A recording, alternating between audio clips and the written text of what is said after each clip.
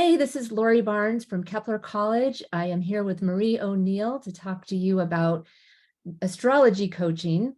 And we are excited to have Marie with us on Let's Talk Astrology. So I would like to introduce you to Marie. And Marie, will you tell us a little bit about yourself? Sure. Thanks, Lori. Thanks for having me. I am a life coach, certified, and also an astrologer. I'm an evolutionary astrologer and esoteric astrologer trained by Alan Oken and Stephen Forrest. I live in Santa Rosa, and I have a thriving practice where I see clients, I teach, I lecture, I write, just enjoying life. Right on. It's so interesting because am starting to see astrology coaching out there. It's kind of new, and I think that it's a good fit, astrology and coaching.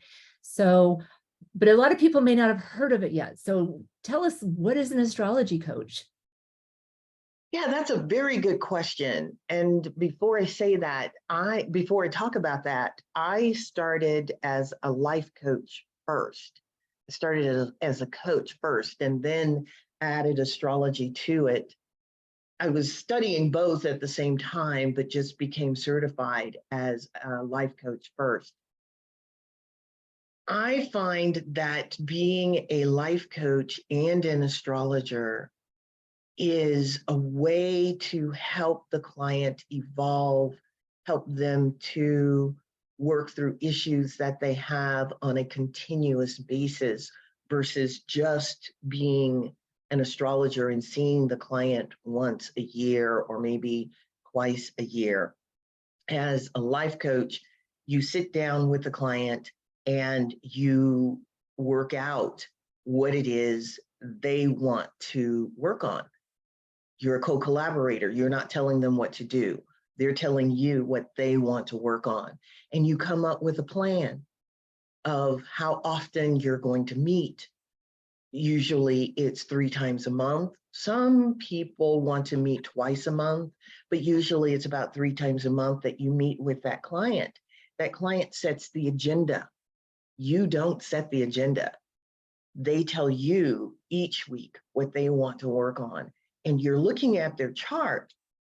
In particular, you're looking at their natal chart and their transits and progressions, looking at it based on what they are saying they want to work on for that week. And you're looking for clues as to how to help the client.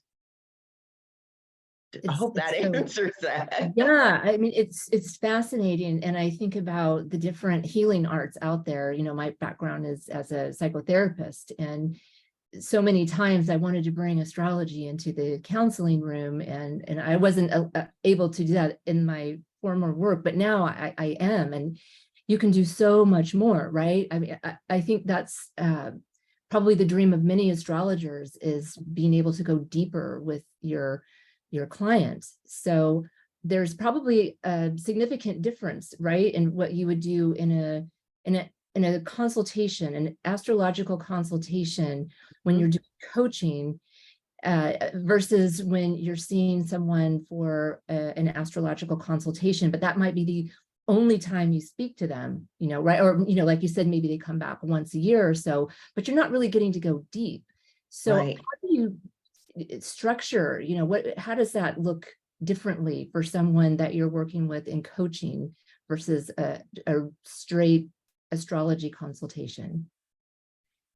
When I am giving an astrology consultation, of course, it's still a conversation for me because that's my style. Some astrologers, each astrologer has their own style for how they give a reading. Typically, as an astrologer, people come and they want to know, well, what's going on for me this year? What's in the stars? And we look at the charts and we talk about, well, this energy is working here, and you're going to have this come up in relationship. And that's what we do. We, as astrologers, are not co-collaborators, though. We're there as guides. which is absolutely wonderful. We're there as sometimes mentors, but usually guides. When you add that coaching component to it, you are no longer the mentor. You are no longer the guide. You are a peer. You are someone who, yes, you've got the astrological knowledge, but you're not leading with that astrological knowledge. You're leading with the client's agenda and what they want to work on. And you're asking questions to that client based on that agenda. You're sometimes you're being a supporter. Well, all the time you're being a supporter. It's just that sometimes the client might say, hey, you know, I'm thinking about doing this. What do you think about that? As an astrologer, it's so wonderful because you can, if your client, of course, knows that you are an astrologer, you can say, that's actually a good idea because your Jupiter is here and you know, you've got this good configuration and in the chart, and here's a window in which you can get started on that goal. But you're not telling them yay or nay they should or shouldn't do it. Does that make sense? Yeah, I love the co-collaboration. That makes so much sense. And it makes me wonder, do you find that you start teaching astrology to your coaching clients since you're going so deep into the chart? Do you find that they want to know more just about astrology in general? Yes. Are you, yeah.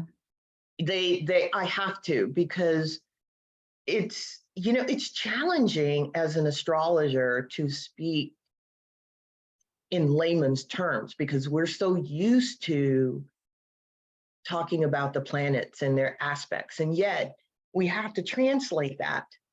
Your Saturn, instead of saying your Saturn is square Pluto, you know, and therefore this happens, you can say, you know, you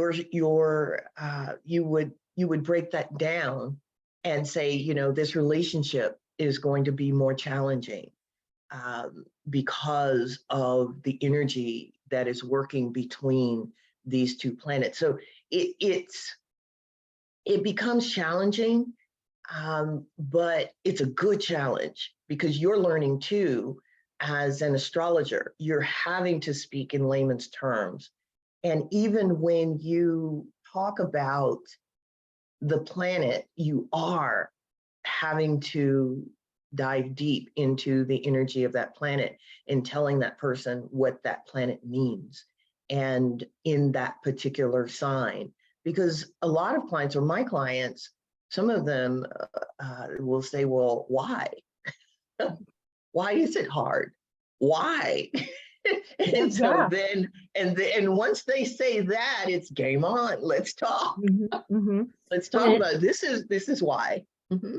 It sounds like so much fun, you know, from the astrology perspective, because you can really go deep into something in a chart, where when you're doing a 90-minute consult and it's a one-time thing, you're trying to cover so much information that you don't really get to unpack some of those really deep and profound configurations in a chart. And it sounds so lovely. I know from my experience, being able to work with some of my coaching clients, really getting to spend, you know, a whole hour on one planet, you know, it's just, it seems like I learn, like, I think you were just saying this, I learn too, because now I get to spend a long time with the planet with somebody else's chart, not just my own.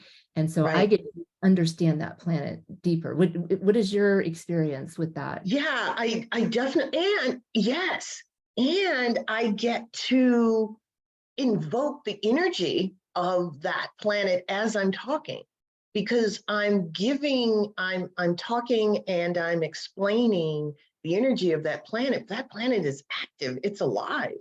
And the person that you're talking to is trying to understand what you're saying, and you're trying to convey the energy of that planet. And so I find that I get information from the planet. It's almost as though the planet starts talking to you and saying, okay, say this, say that. And you're like, wow, where'd that come from? But you but you say it and the client understands it. So it becomes more of it's like a three-way relationship that you have with the client, the planet, and yourself. And it's going back and forth. It's the planet takes an active role, let's just say, in the conversation. Yeah. That's the bottom line there. And because you're educating the person and yourself by having this co-collaborative conversation. Not only that, but the client trusts you more, and they learn to trust themselves more. You validate the feelings that they have inside. And yes, we do that as astrologers, but as coaches, we're helping to build their self-esteem and their self-confidence in themselves, and in listening to their own internal guidance system, because we know the energy of all the planets are within too. So yeah, that's a long answer for But it's so interesting. It makes me think about their chart, especially the personal planets, the sun, moon, ascendant, and Mercury, Venus, Mars being, their whole personality makeup. And how do you work with, knowing a client is walking in the door and you're looking at their chart, and of course this is a collaborative experience. So, how much work do you put into your chart and their chart in terms of working together? You mean the synastry between the charts? Yes, the synastry. Yeah, the synastry. It's interesting that you say that, because I will look at the synastry even when I'm doing an astrology reading with a client, because I need to know if we're going to be simpatico, so to speak, because sometimes you're not. But even if the aspects between the two charts aren't great, I, of course, still do the reading and I still work with the client. Now, a little side note, what I do as a life coach is I give a person a 2 months opt-out clause, because I find that it takes sometimes right away, but I say, okay, we're going to work together for a couple of months and see, if you're getting what you need, or see how our working relationship is going, and give the person the opportunity to opt out of coaching with me. And I can also do the same with them. But just because the synastry is hard doesn't mean that you're not to work with the person. It may be that both of you are really going to be going through some transformation, because you're meeting with this person as peer, and your personality, how you approach life, you're bringing all of that to the session, and the person may be completely different. An example is, have you ever looked at interior designers? Each interior designer has their own style. Well, you have to find, and it doesn't mean that one interior designer is better than the other one in their style. It's just that maybe one person's style fits you better than another person. And so you have to find, of course, someone whose style fits yours, neither good nor bad. But I have found that I haven't had a client yet, even if our charts are not exactly simpatico, I've not had a client walk away. We've worked through situations that have come up because of the square aspect, and because squares and oppositions, and in particular between the two charts. But a lot of that has to do with my staying open and curious. And so when a client says something that I completely disagree with, I don't say I don't disagree. I sit back and listen. Where are they coming from? Where, and maybe they're right. What they want to do fits perfectly for them. It wouldn't be my choice, but this is where an interior designer coming into your house has to look at your style and not their style. So That's a great metaphor. I like mhm, that. mhm. And well, I was thinking specifically too about Mercury and their learning style, right? Their communication Yes. style. That's Mhm. probably a really important component when you're working with someone in the long term, right? It's like, Oh, how are they yes. learning from me? How are they hearing me? That's a huge component, Mercury, because I don't know about you, but it's, to me, Mercury is primary. It's the connector between two people or between a group of people. It's the heretic, because I call Mercury the heretic planet, and it's running around delivering messages all to every part of your being. And your Mercury working with my Mercury as the coach, working with somebody else's Mercury. For example, if the two Mercuries are square, I know it's going to be a challenge. Doesn't mean it's not impossible at all. It just means that I've got to work. I've got to really work, and the other person has to work too. As a matter of fact, the coach ends up having to work sometimes harder because you really have to stay open and curious. I mean, my Mercury is in Cancer. So if I'm going to be working with someone who has Mercury in Libra um, or uh, or let's just say it's the opposite sign of Capricorn. I mean, it's two sides of the same coin, for goodness sake.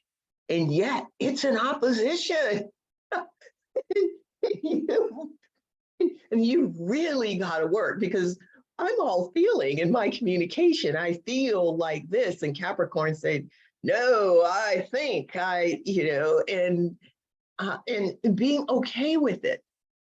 It's and not so my basic feeling with Mercury is it's very important because you, as the coach, you really need to know where that other person's Mercury is and also how it's aspected. Is their Mercury how are they working with their Mercury? Is it aspected by square to something? Is it to another planet? Is it by trine? What is it? Because that's going to tell you the doorway too of how you're going to communicate. Because we're coaches. We use our voice. We use our perceptions, and the other person is doing the same thing.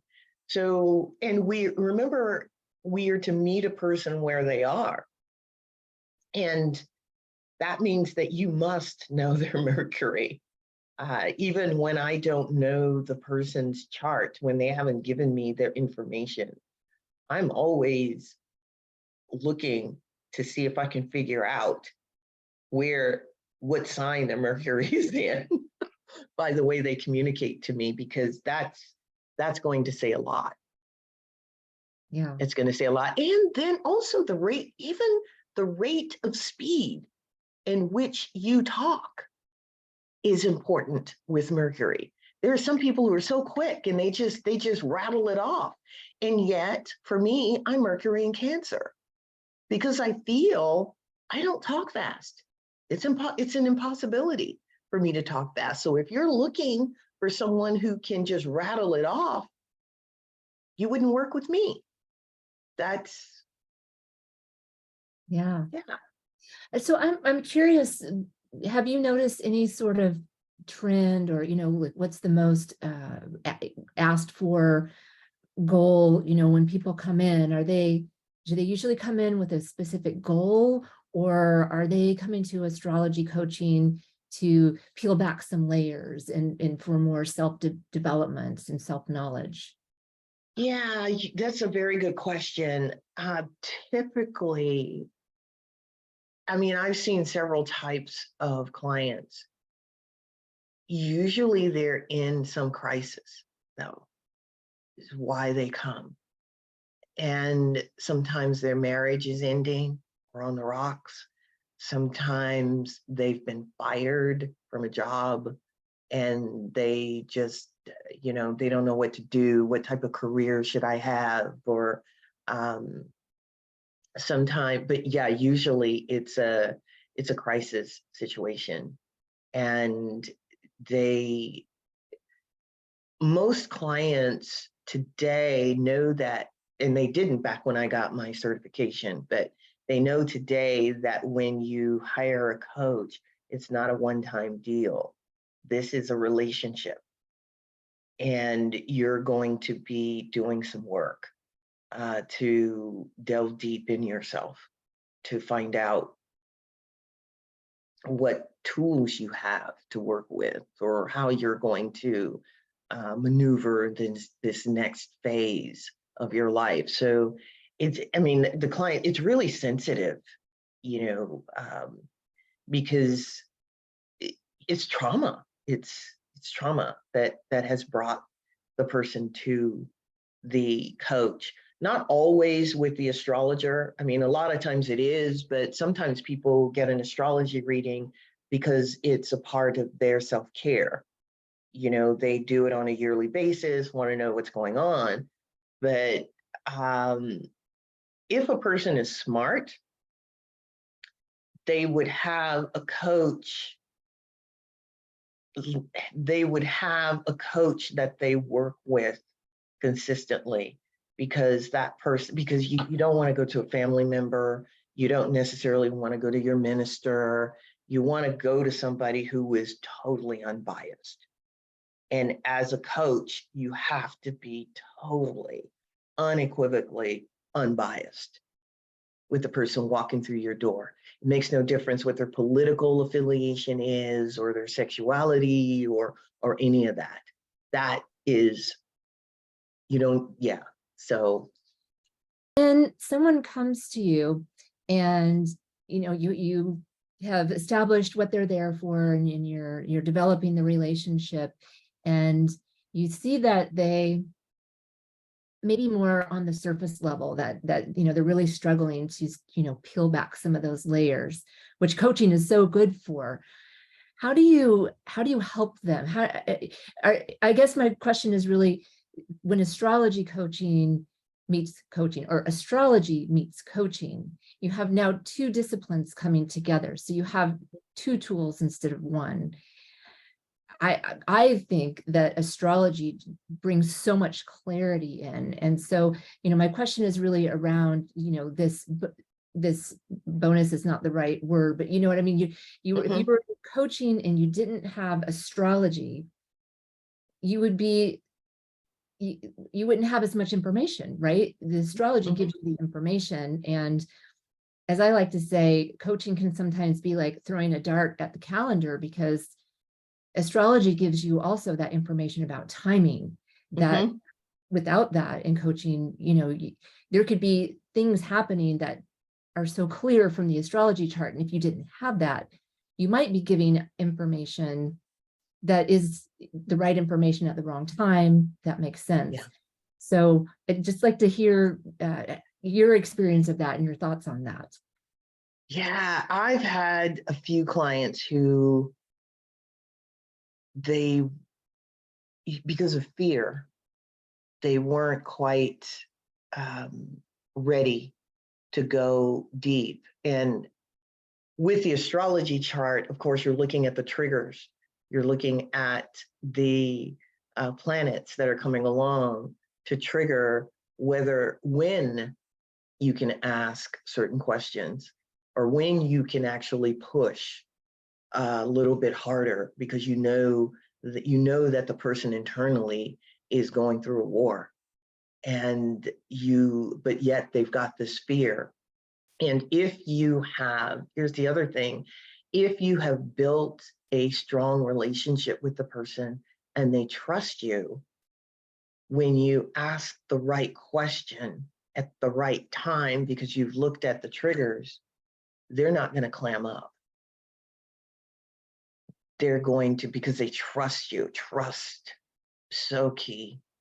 And that trust has to be earned.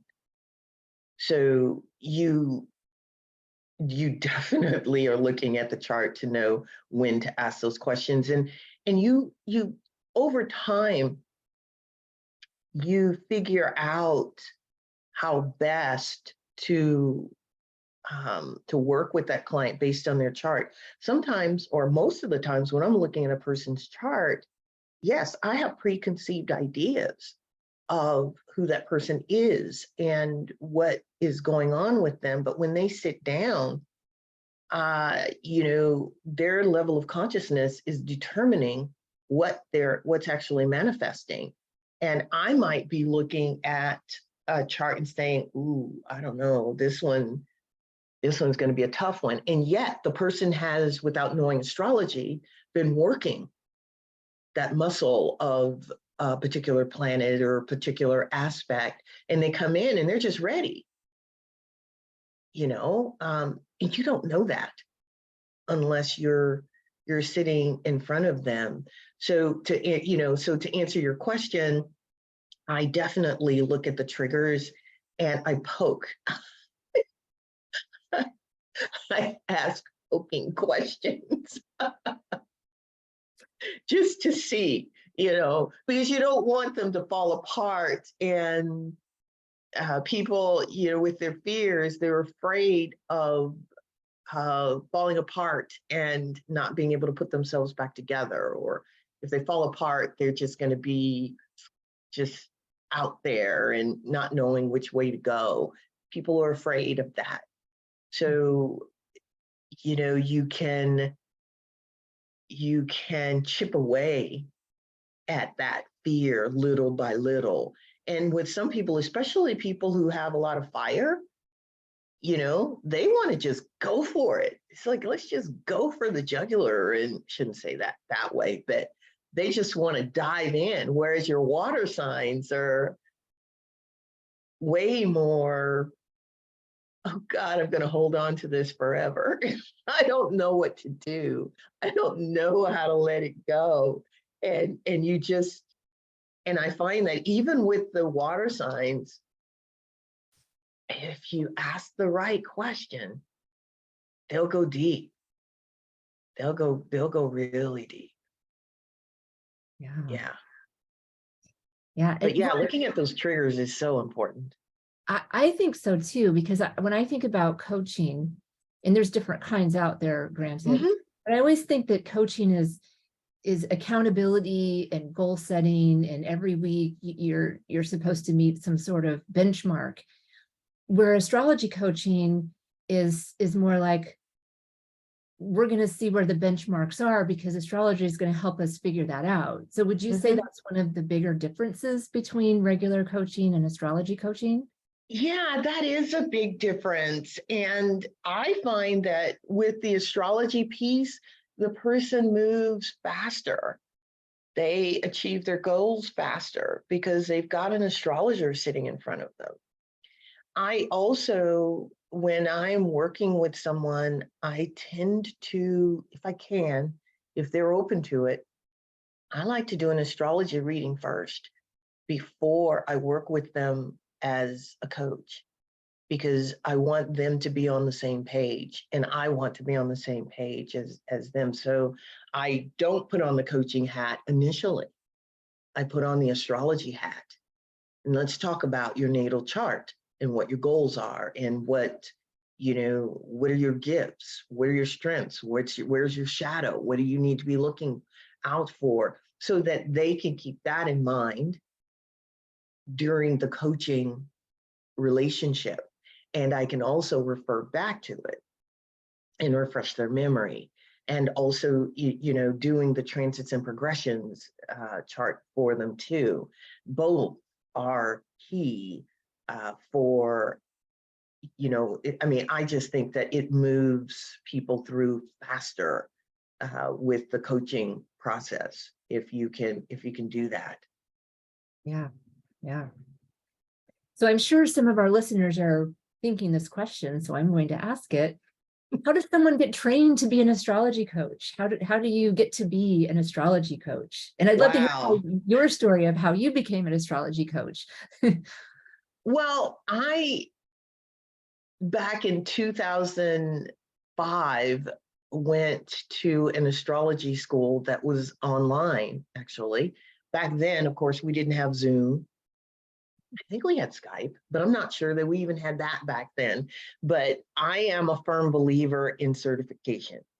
And even though I had been I call it pseudo coaching my friends and people, in my life, I thought, I might as well get certified and learn some of the skills, learn how to ask questions, learn the basics.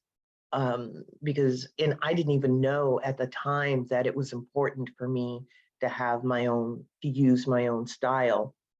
But I took a year and became certified as a coach. And that, of course, involved doing a lot of practice sections. And because I wasn't yet an astrologer, I had started studying astrology and knew some of the basics. I couldn't use it with my coaching practice until I felt comfortable using it.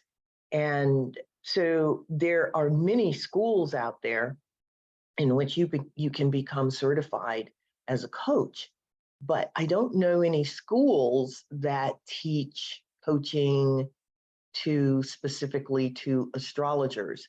If the person is looking for a coaching school, the ICF, the International Coaching Federation, has their website, and they have vetted a lot of the schools who are doing certification programs for astrology. And I would look there if you're looking to become certified. Now, of course, Kepler has a class that is coming up that I'm going to be teaching, and I am a certified life coach. The classes that I'm teaching, there's two of them, part 1 and part 2, will give you the basics, the fundamentals of life coaching for astrologers. So because I am an astrologer and a life coach, it's a perfect place to get your feet wet and learn the basics of astrology. And then if you want to go on from there, you certainly can, but you have to be, we were talking about this earlier, and, I am 100% in the corner of becoming certified, if you can, as an astrology coach. And because, as we were saying, there's a lot of people out there who say they're coaches, but have no training whatsoever. And you don't know, even if their motive is honorable, you still have to be suspect of working with them. I don't know. What do you think about that, Lori? I agree. I agree. I think that there's people who are naturally good at coaching and counseling, but it's always good to have taken some sort of formal training to ensure that you didn't miss something, or, just to know the best practices. Natural counselors, consultants are going to excel. If you have no training, you're kind of going a bit blind, and I think you can get yourself into a problem sometimes where, maybe you don't recognize certain things from your clients. So red flags are always important, so I do believe that some level of training, I think, is important, because people are putting their trust in you. You were talking about Yeah. trust earlier, and they expect you to be able to help them. And if you don't have any training, you're not really, I think, prepared to know, how to go about doing that. Even if your intentions are great and all your friends call you for advice, those aren't necessarily things that qualify you. I agree with you. I'm an advocate for formal training. Yeah, I think it's so important. And you, as an astrology coach, like I said, you have to be unbiased. And with your friends, you're never unbiased. You want, how many times have you said, you should do this, or you should do that? This is going on in your chart. And You know what? I'll tell you, it's made me a better friend. My friends come to me for advice because they know that I'm going to give it to them straight, but that is not always easy to do, especially with your, like what you're talking about with your friends. Like, it's really hard to not put your personal emotions in there. But I think that's one of the things that you learn from formal training, is that you're not always going to be in alignment. You spoke about that earlier as well. In fact, you're going to run into people certainly who have different belief systems than you and different philosophies. And that just being able to train yourself that, it's not about you, it's about them. It's about the person you're trying to help, and having to come to that table and be aware of your biases, but also put them to the side so that you can help the person in front of you. And that is not easy to do.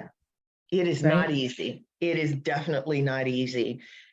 And if we keep in mind that when we're coaching, we want to empower the person that we're coaching. We don't want to take their power away. And if you're telling somebody what to do, you're taking their power away.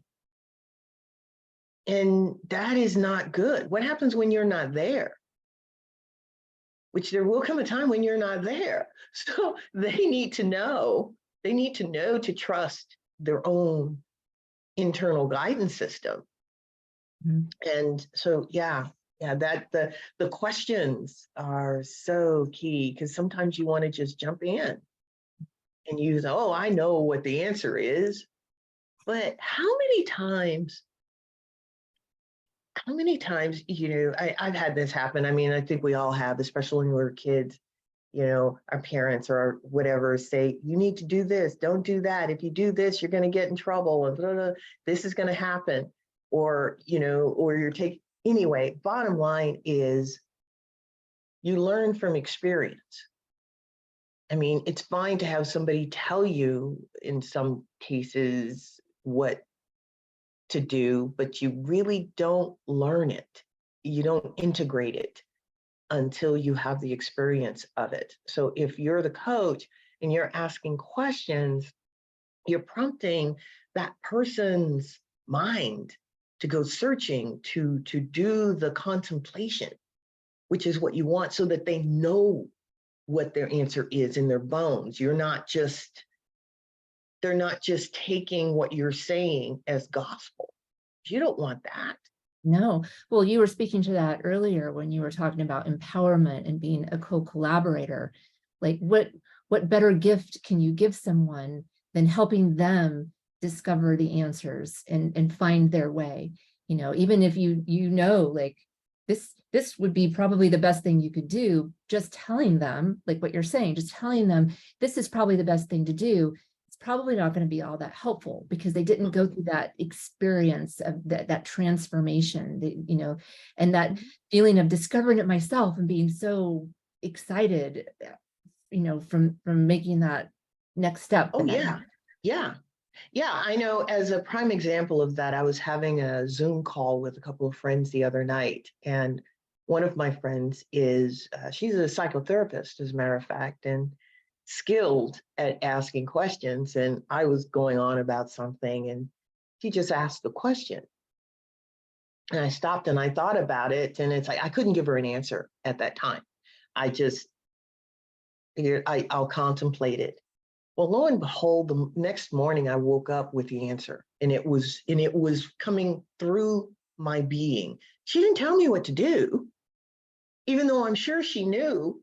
what the answer was because I could kind of see it in her eyes, but it's like, oh, okay.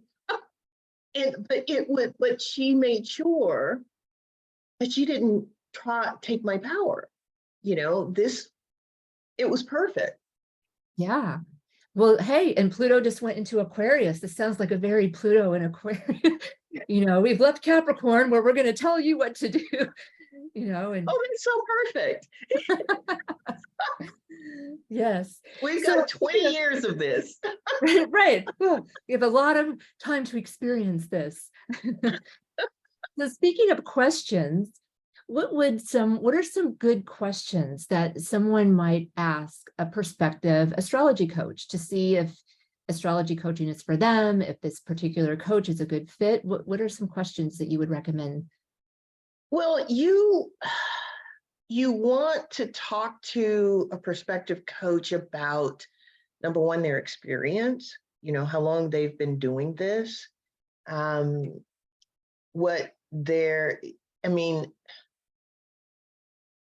you want to find out what their belief system is. And I'm not talking religious belief system. It's deeper than that. What do they believe at their core? Do they believe in empowering their client? Do they believe that the client has all the answers they need? You want to find out if your coach is controlling, because you don't want a controlling coach. And, you can find out that by listening. So the questions you ask are important, but you also have to listen to what the prospective coach is saying and listen to what they're not saying too. That's important. So now, when I am going to engage anyone, whether it be a coach or an astrologer or whomever, I always send up a prayer first to my, who I pray to, and ask for guidance. And then I, ask them to bring the right person to me. But I actually, a lot of times, will go out and actively search and ask questions. You want to find out, you want to make sure that that coach is ethical, that they're not going to step on your boundaries. So you ask questions related to how they run their practice, how they like to work with clients, what their fees are, because the fees vary too. And it may be a big deal. Do they, do they work on a sliding scale? Do they have just a particular fee? When do they, what happens if you can't make the appointment? All those business questions are important too, because you want to be on the same page. What's their cancellation policy? Do you have to sign anything? Do you, if you can have a referral, that would be better. I use an intake form with my clients because I want to find out what they are, what they are looking for. And so, is the coach curious about you and what you are looking for? That's important. Why are they a coach? I mean, yeah. Yeah. Those are just some of the questions that, you want to work with, and taking your time to make your decision. Maybe interview each coach, or at least the ones that I know, and I do it, offer a 15-20 minute free consultation so that the client can ask questions, or the potential client can ask questions. And I can ask questions too, because you want to find out if you're the right fit. I mean, yes, I have an MBA, and yet I don't put myself out as a business coach. I am a life coach. I can work with people who are dealing with their businesses, but that's not my love. My love is helping people transform their consciousness. So that's what I do. And so you want to find out what that coach's specialty is. I mean, you wouldn't go to a podiatrist for heart surgery. Mhm. No, you're absolutely right. And luckily, we're seeing a lot of astrologers and coaches being more specific about what they do. So people can kind of say, oh yeah, that's what I'm wanting to do. Yeah, because the niche is so important in coaching. And just being an astrology coach, that's fine, but what's the niche? What type of people? What's your ideal client look like? I mean, that's important for the astrologer so that when the potential client comes to you and they're asking you questions, you know your niche. And if they don't fit within that niche, it's better if you don't work with them. Not that you can't, but maybe you're not going to be serving them well. Maybe it's better to refer them to somebody else. Yeah. Yeah. Mm-hmm. Right. Well, I'd like to hear more about what you're going to talk about in your upcoming course. You want to tell us a little bit about fundamentals of life coaching? Yeah, now thank you for that question. Yeah, this it's in two parts, and each part is 5 weeks.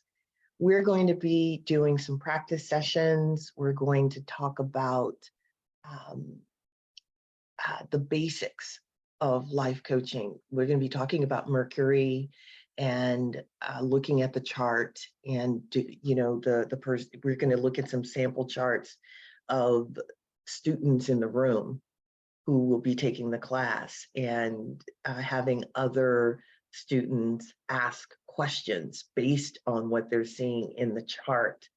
We'll be talking about the how best to basically how best to ask these questions, what life coaching is, what it isn't. We're going to be talking about the structure. We'll look at some of the cost of coaching, how to set your fees, how to market yourself.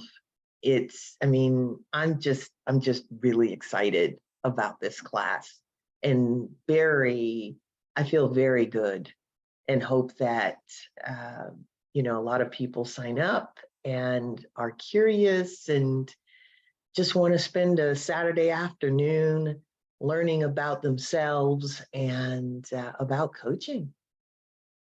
Yeah, I'm really excited too, because I think that we're on the brink of seeing astrology coaching grow and grow and grow. But from what I can see is we're really at the beginning. I am starting to see astrologers. I go to sites and they have coaching on there.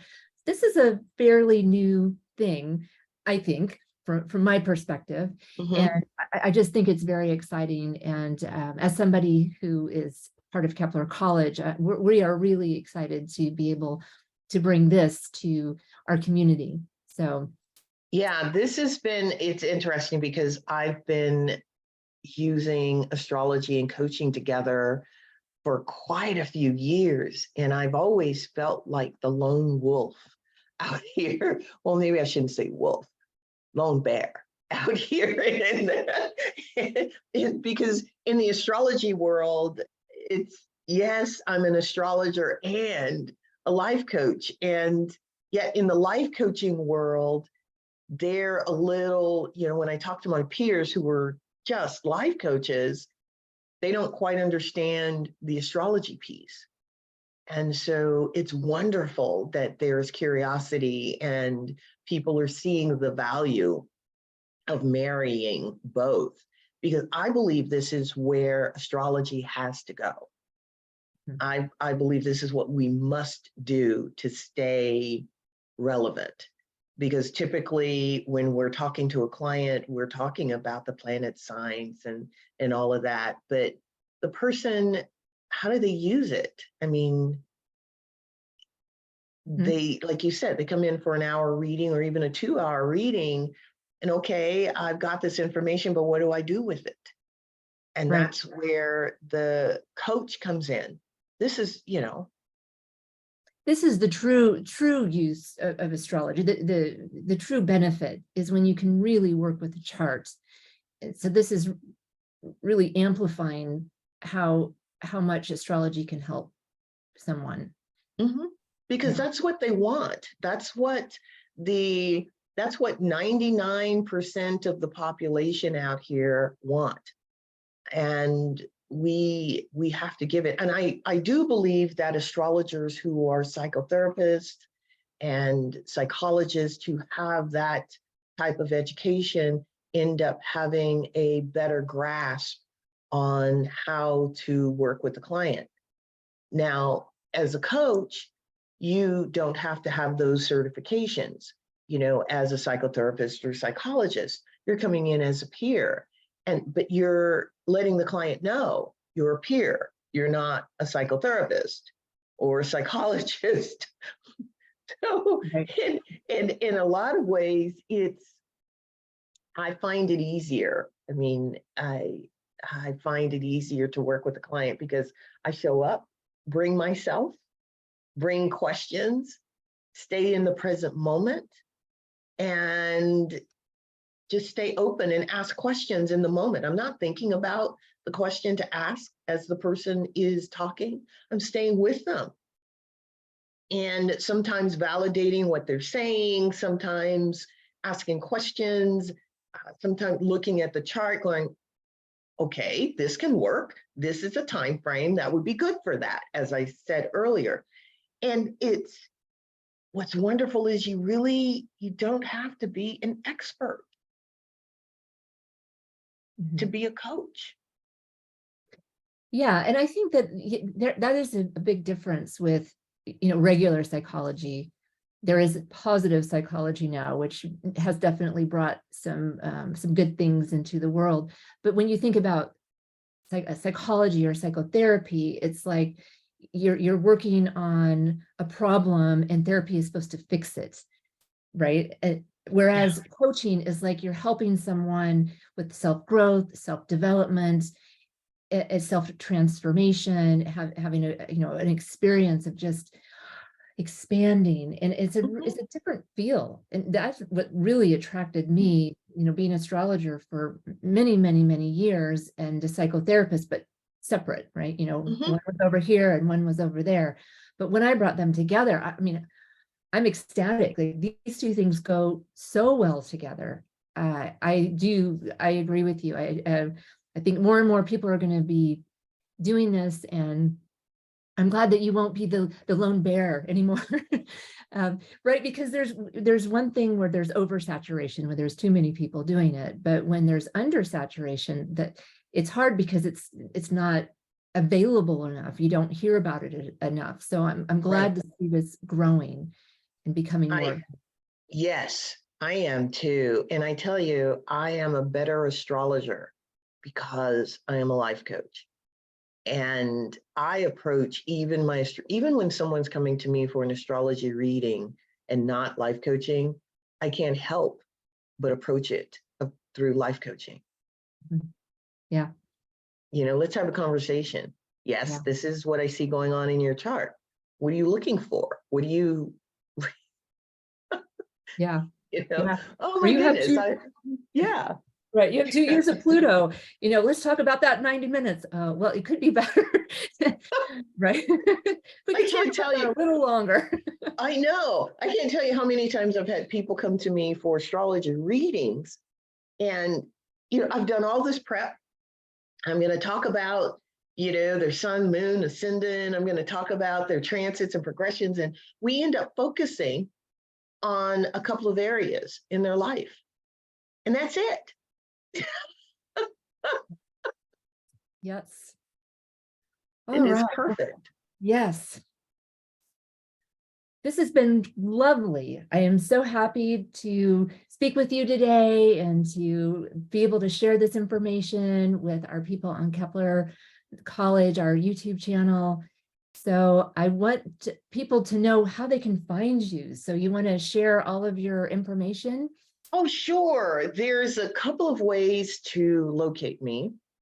Of course, you can always email me, marie@padmalifecoaching.com, and that's Padma, Padma, lifecoaching.com. Or you can email me at marie@andthelotusopened.com. So I have two websites, spoken like a true Gemini midheaven there, gotta have both. So you can find me on social media, on Facebook, on Instagram. I'm on Twitter, but I'm not really a tweeter. I am on there. You can, you can always call me.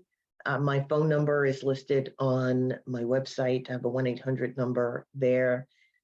And yeah, I'm available, of course, to do readings, to life coaching.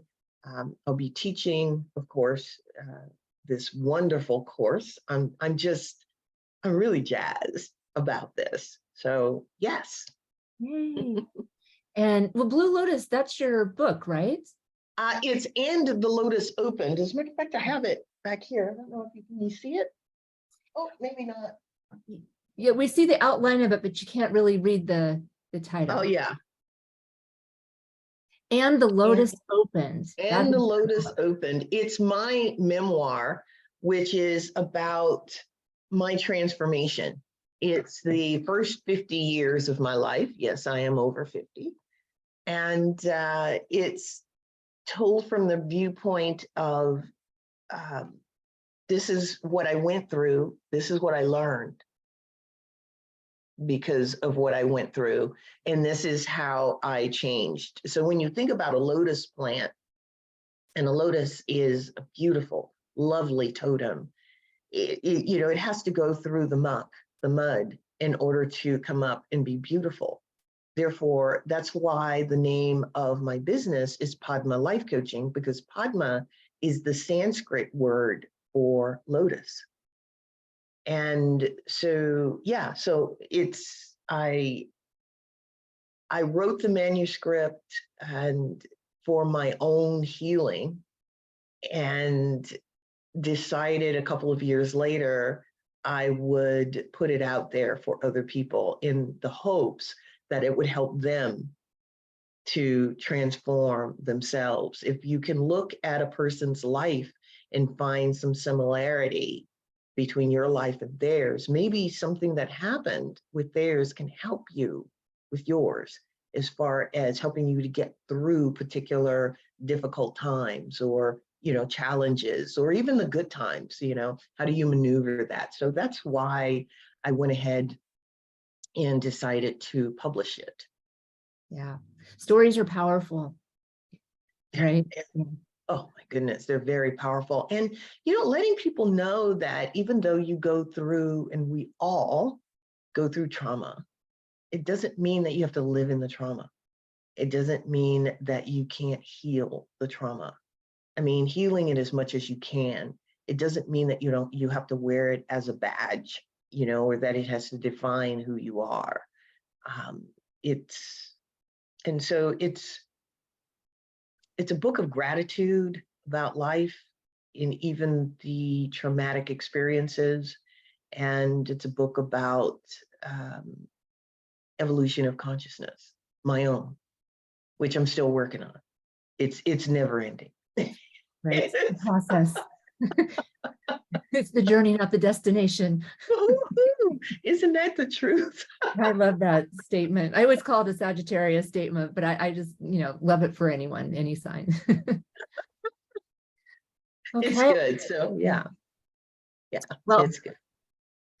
I hope that if you're listening out there, please join us. Marie's class starts on May 20th, and it's a 5-week class. And then we'll have a part 2 that will becoming in a following term. So please join us. Thank you so much, Marie, for being with us today. I appreciate Thank it. you. Yeah. And we'll see you all next time. Thanks for joining us. Yes. Bye. Bye-bye.